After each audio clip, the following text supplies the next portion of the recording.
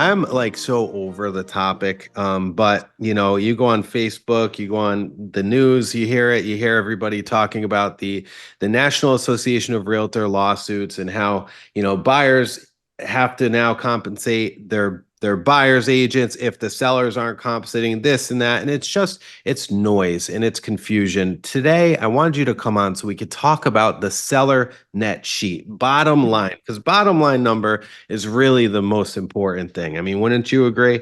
100%. You hit the nail on the head. I mean, at the end of the day, it's all about what are you walking away with from the transaction. So there are lots of outlets out there that want you to believe this misinformation. And we've been talking about this for months. I'm kind of tired of it, as I think you are. It's been months of us discussing how these transitions were going to look, but it doesn't take away from the fact that there are opportunities for sellers and buyers to negotiate buyer's compensation and structure it within the confines of the transaction. As long as the seller is educated about what their net number, their net proceeds, or their profit is going to be when the dust settles, this is really what it's all about. And I mean, we've been touting net sheets for years, but I think this is an even more important time to be analyzing the information and the data of A offer versus B offer to make sure that they're on an equal comparison level with your realtor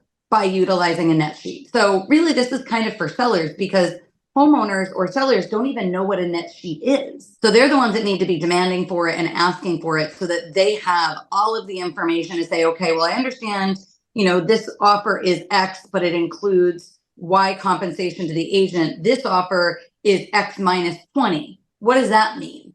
So but there's no compensation. Then how does that look? What does that bottom line mean? Because that's really what it's about. Most sellers they say, you know what, Emilio, just offer the compensation to the buyer's agents.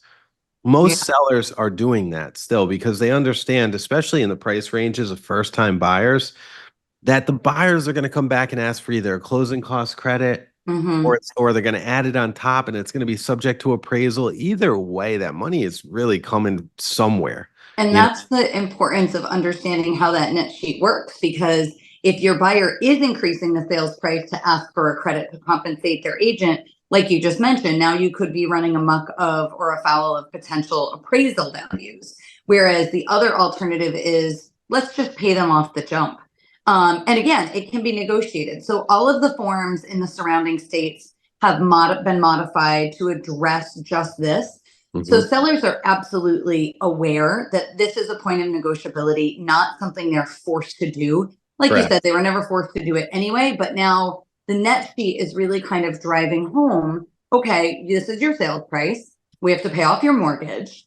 We have to take into consideration all of the costs associated with the sale. Certainly your listing broker compensation is something that they know right off the bat. So that number can be considered. Any municipal style adjustments, we know all of those. And then I'm just including a line item at the bottom, buyer agent comp. That's kind of an open item, right? Because it could be inverted with the price where a buyer wants to pay less money, but then they're going to compensate the buyer's agent themselves. Yep.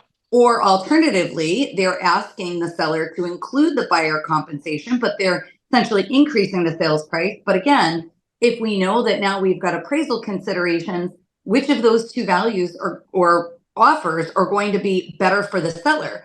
It's always going to be a matter of give and take. But now you have the numbers in, kind of an itemized way that your seller can say, oh, all right, well, at this price and I pay the buyer's agent, it's the same net as if this lower price comes in, but the buyer pays their own buyer's agent. That's really what the net sheet is intended to delve into, not only from a compensatory perspective, but also all of the municipal expenses that go into the sale, because so often the sellers aren't even aware of all of those other costs.